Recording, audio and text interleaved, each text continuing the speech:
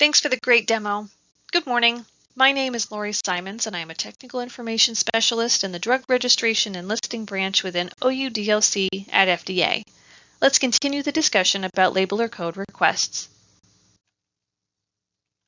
After participating in this session, attendees should be able to describe timing requirements to update labeler code information, provide steps to reactivate FDA-initiated labeler code inactivation, and describe labeler code update requirements for merger or acquisition cases.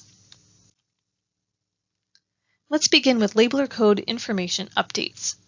When should labeler code information be updated? The information related to a labeler code should be updated within 30 calendar days after any change. Changes include, but are not limited to, the physical address, email, and phone number.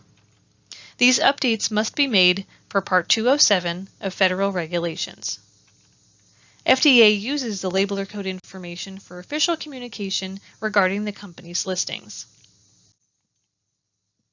Aside from your legal responsibility, it is in the best interest of your company to send updates to labeler code information to FDA as soon as possible, since FDA sends communications to labeler contacts for such topics as listing data deficiency, annual reminders, new agency initiatives and requirements, as well as data requests, updates, or clarifications. If you do not receive communications from FDA due to old or outdated information, it does not relieve you from fulfilling requirements listed in the communication. Because of this, FDA recommends that you review your contact information at least annually. Now that we've reviewed when to make updates, let's see what we remember. The challenge question says, labeler code information, including the name, physical address, email address, and other contact information must be updated within, is the answer A, within 90 days, B, within 30 days, C, within 60 days, or D, every June and December? Take a moment to consider which answer you think is correct. The answer is B, within 30 days. These updates must be made as listed in Part 207 of the Federal Regulations. Let's continue with labeler code inactivation. As we learned in the labeler code request demo presentation, labeler codes without any listed drugs will automatically be inactivated after 24 months. Please note, inactivation does not result in the loss of the labeler code. Labeler codes not assigned by FDA or obtained by providing false information to FDA may be inactivated without prior notice. Prior to FDA-initiated labeler code inactivation, for labeler codes not used in any drug listings, an email will be sent to the contact email associated with the labeler code assignment.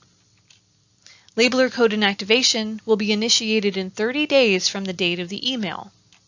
To avoid inactivation, either list a product associated with the labeler code or provide a valid reason for not having any products listed. This is an example of a labeler code verification email message. The message will be sent from CDER Electronic Drug Registration and Listing and will contain information stating that no drug product listings were found in the database for the labeler code referenced in the email. If you receive the inactivation notification email, please respond within 30 days by emailing us at eDRLS@fda.hhs.gov. State the reason for your continued need for the labeler code, or if you no longer require the labeler code because you don't manufacture or distribute drugs for U.S. commercial distribution, state this in your response. Please keep in mind timely and accurate responses are essential to maintain an active labeler code. This is an example of a labeler code inactivation notification email. If there was no response to the verification notification, then your labeler code will be inactivated.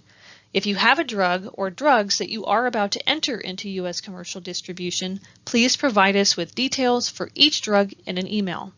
The requested information is necessary for us to determine if the labeler code should be reactivated. Now that we've reviewed labeler code inactivation, let's see what we remember.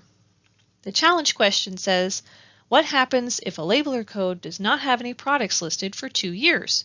Is the answer A, it will be automatically reactivated by the FDA, B, it will be permanently inactivated by the FDA, C, it will receive a notification 30 days prior to inactivation, or D, it will be transferred to a different regulatory agency. Take a moment to consider which answer you think is correct. And the answer is C. It will receive a notification 30 days prior to inactivation. Now let's move to our last topic, mergers and acquisitions. These can differ for each company based on business decisions and contractual agreements, and every case is unique. Companies can merge or be acquired. Products can be acquired with or without a merger. A business decision is made at the time of a merger or acquisition to transfer or keep all or part of products. The current labeler code or NDCs can be acquired, and such mergers or acquisitions can require updates to the registration, labeler code, and listing SPLs. For example, Company A and Company B are merging and they are changing their name to Company C. Company C acquires the entire drug catalog for Company A and Company B. In addition, Company C has decided to keep Company A's labeler code. There are a few steps that should be taken. Here is what Company C should do. They must update Company A's labeler code and registration SPLs if applicable. They must update Company A's listing with the new labeler name, Company C. Next, they must delist all of Company B's drugs under Company B's labeler code and relist under the new Company C's labeler code and labeler name. They must also inactivate Company B's labeler code, and if Companies A, B, and C are registered with FDA, update the registration SPLs. In this example, Company A acquires the human prescription line from Company B, and Company B continues manufacturing human OTC drugs. The labeler code cannot be transferred. Acquired drugs must be delisted under Company B's labeler code, and acquired drugs must be listed under Company A's labeler code.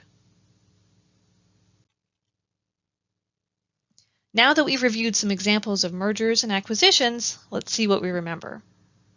The challenge question says, mergers and acquisitions can require updates to, is the answer A, registration SPL, B, labeler code SPL, C, listing SPL, or D, any of the above?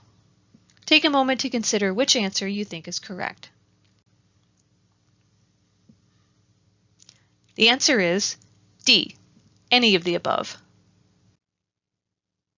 For more information about the topics covered today, here is the link for the FDA's Electronic Drug Registration and Listing Instructions website, as well as the list of NDC and NHRIC labeler codes which have already been electronically submitted.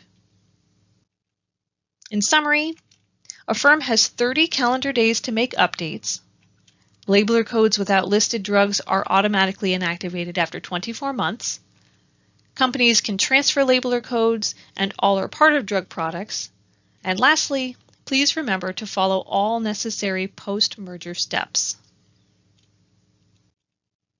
Any questions will be answered in our live Q&A panel. And one final thought, with the resources for labeler codes and mergers and acquisition cases, you can more confidently provide updates. Thank you for listening.